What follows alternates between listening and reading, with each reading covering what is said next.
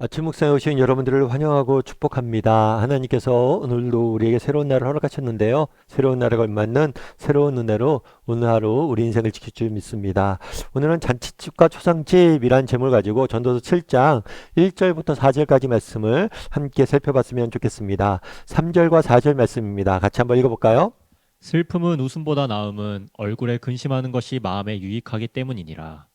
지혜자의 마음은 초상집에 있으되 우매한 자의 마음은 혼인집에 있느니라.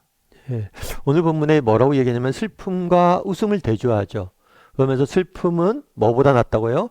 웃음보다 낫다라고 이야기합니다. 그렇다면 왜 슬픔이 웃음보다 나을까요? 그것은 마음에 유익이 있기 때문이다 이렇게 이야기합니다. 여러분들은 어떠세요? 슬픔과 기쁨, 웃음 둘 중에 뭐가 더 좋으세요? 사실 웃음이 넘치고 깔깔깔깔 이런 자리에 가고 싶어요. 정말 우울하고 침울하고 울고 있는 자리에 가고 싶어요. 사실 우리는 오늘날 현대사회는 이렇게 슬픔이 가득한 날보다 좀 웃음이 가득한 자리에 이렇게 가고 싶어 하죠.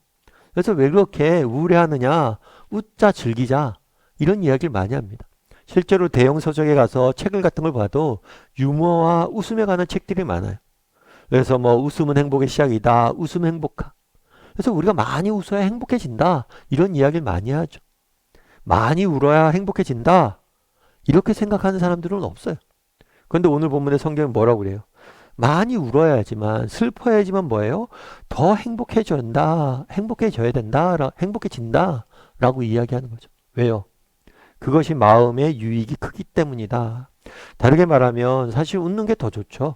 슬퍼하는 것보다. 그런데 때 우리가 기억할 건 뭐냐면 이 슬픔도 정말 우리에게 주는 유익이 있다는 거예요. 때로는 어쩌면 웃음보다는 슬픔이 우리 인생에 더 큰 유익을 준다는 거예요. 예전에 어떤 시를 봤는데 이 시는 이렇게 되어 있어요. 로버트 해밀턴이라는 쓴 시인데 이 사람이 쓴 시인데 이렇게 표현되어 있다고 그러고요. 나는 쾌락과 함께 1마일을 걸었다네. 그녀는 계속해서 내게 떠들었지. 그러나 그녀가 떠나간 다음 나는 아무것도 배우지 못했다네. 나는 또한 슬픔과 함께 1마일을 걸었다네. 그녀는 아무 말도 하지 않았지. 그러나 그녀가 떠나간 다음 나는 참으로 많은 것을 배웠다네. 참 되게 공감이 되더라고요. 여러분 인생을 쭉 한번 돌아보세요. 여러분 인생에 정말 중요한 교훈들, 여러분 인생의 중요한 성장들, 이런 것들은 언제 배웠을까요? 언제 여러분들은 성장했고, 언제 여러분들은 귀한 교훈들을 배웠고, 언제 여러분들은 정말 소중한 것들을 누렸을까요? 이걸 한번 돌아보세요. 여러분 그렇다고 웃지 말라는 게 아니에요. 우리 때론 즐겨야 돼요. 즐거움은 자리에 또 가야 돼요. 웃어야 돼요. 그런데 울음의 가치를 정말 잊으면 안 돼요. 하나님도 마찬가지죠. 우리도 가끔 그런 생각이 듭니다. 내가 예수님을 믿었어요. 그럼 정말 왜 하나님께서 내게 이런 어려움들을 허락하시고 왜 내게 눈물의 시간들을 요구하실까?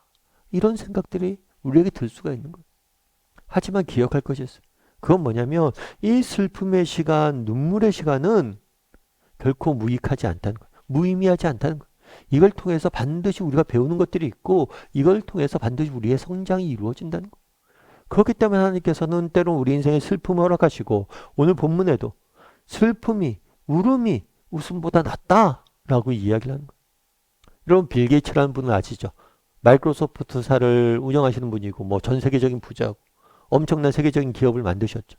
근데 빌 게이츠도 사람을 고용할 때 때로는 일부러 실패를 경험한 사람들을 뽑는다고 그러더라고요. 의도적으로.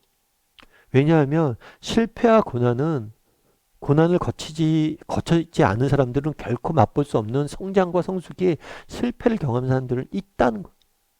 그만큼 이 눈물의 가치가 있다는 거예요. 그래서 때로는 하나님도 우리에게 슬픔을 허락하시는 거죠. 우리를 사랑하지 않기 때문에 슬픔을 허락하시는 것이 아니라 우리를 사랑해서 오히려 우리의 유익을 위해서 슬픔을 허락할 때가 있어요. 그 사실을 우리가 확신해야 된다는 거예요.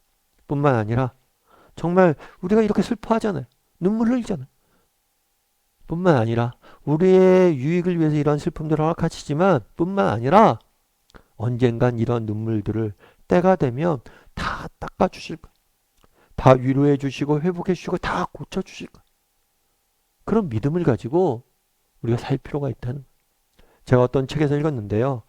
중국에서 사역하는 목사님이 그래요. 중국에서 사역할 때 이제 탈북하신 분들이 많이 중국에 넘어오잖아요. 이분들을 대상으로 해서 사역을 하는 거예요.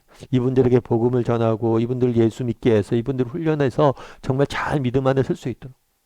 그런데 이제 한 형제가 훈련을 다 받고 나서 뭘 했냐면 이제 북한으로 돌아가기로 한 거예요. 그러니까 중국에서 이렇게 훈련받고 다 했던 사람의 최고의 그런 증거는 뭐냐면 북한으로 돌아가는 거예요. 복음을 들고 그 북한 땅에 돌아가서 복음을 다시 정하는 거예요. 사실 쉬운 일이 아니잖아요. 그 땅이 싫어서 도망쳐 나왔는데 복음 때문에 다시 그 땅에 들어간 거예요. 그런데 한 형제가 그렇게 들어갔어요. 들어가서 이제 북한에 계신 어머님이 이제 병들어 누워 있다는 이야기를 듣고 들어간 거죠. 들어가서 이제 기도합니다. 이렇게 하나님 정말 우리 어머님 예수 믿어야 되는데 예수님 믿게 해달라고. 그걸 기도하고 언제 한번 때를 정해서 이렇게 북한 같은 경우에 복음을 한번 전할 수 있는 상황이 아니잖아요. 때를 잡아서 시간을 잡아 복음을 전해야지 이런 생각을 하고 있었대. 그러다가 새벽에 어느 날 새벽에 어머님 일찍 일어나셨더래. 그래서 기도하다가 어머님한테 딱 가서 얘기했대요. 어머님, 사실 제가 중국에 가서 선교사님을 만났습니다. 그리고 예수님을 믿었습니다. 그래서 예수님을 믿어야지 우리 구원받아요. 어머니도 하나님 믿었으면 좋겠어요. 예수님 믿었으면 좋겠어요. 그래서 꼭 구원받았으면 좋겠어요. 이렇게 쫙 설명을 한 거예요. 그랬더니 어머님이 엉엉 울었대요. 왜 우나 이렇게 했더니만 아들이 뭐 한심해서 우나 아들이 걱정돼서 우나 그랬더니만 그렇지 않대. 왜 울었냐면 이 어머님의 남편이죠. 이 아들의 아버지죠. 원래 이 아버지 아들은 예수님을 믿었어요. 예수님을 믿었는데 예수님을 믿는다는 이유로 끌려간 거예요. 끌려가서 사실 순교를 당한 거예요. 그런데 어머니는 아들에게 그 얘기를 안 한 거예요. 왜냐하면 괜히 이런 얘기했다가 아들의 마음에 기독교에 대한 아버님에 대한 적개심만 생겨서 복음을 받아들이지 않을까 봐. 상처가 될까 봐. 그래서 아버지가 그냥 일찍 죽었다고만 이야기하고 아들한테 안 알려준 거예요. 그러면서도 기도한 거죠. 40년 동안 말도 없이 아들을 위해서 우리 아들이 복음을 믿게 해달라. 근데 네가 중국에 가더니 예수님 믿었다니까 너무 기뻤던 거. 참 제가 이 얘기를 듣고 참 감동이 되더라고요. 이 어머님의 입장을 생각해 보세요. 아버지가 왜 죽었는지도 설명할 수 없는 그 답답한 심정. 그리고 그저 아들을 위해서 기도할 수밖에 없는 그 부모의 심정을 생각해 보세요. 그런데 하나님께서 그 눈물을 다 아셨어요. 그 눈물을 다 보셨어요. 그리고 다 갚아주시는 거예요. 우리도 마찬가지입니다. 우리도 우리 이 땅을 살다 보면 슬픔의 시간들을 지낼 때가 있어요. 왜 슬픔의 시간들을 지내야 되는지 우리는 정확히 이유는 알 수 없어요. 하지만 우리 하나님은 선하세요. 그 하나님이 선하시기 때문에 우리의 유익을 위해서 임시적으로 우리가 슬픔을 허락하세요. 뿐만 아니라 때가 되면 이 슬픔의 눈물을 다 닦아주실 거예요. 이 사실을 확신하고 하루하루 믿음의 길을 걸어가는 저와 여러분이 되기를 주님의 이름으로 소원합니다.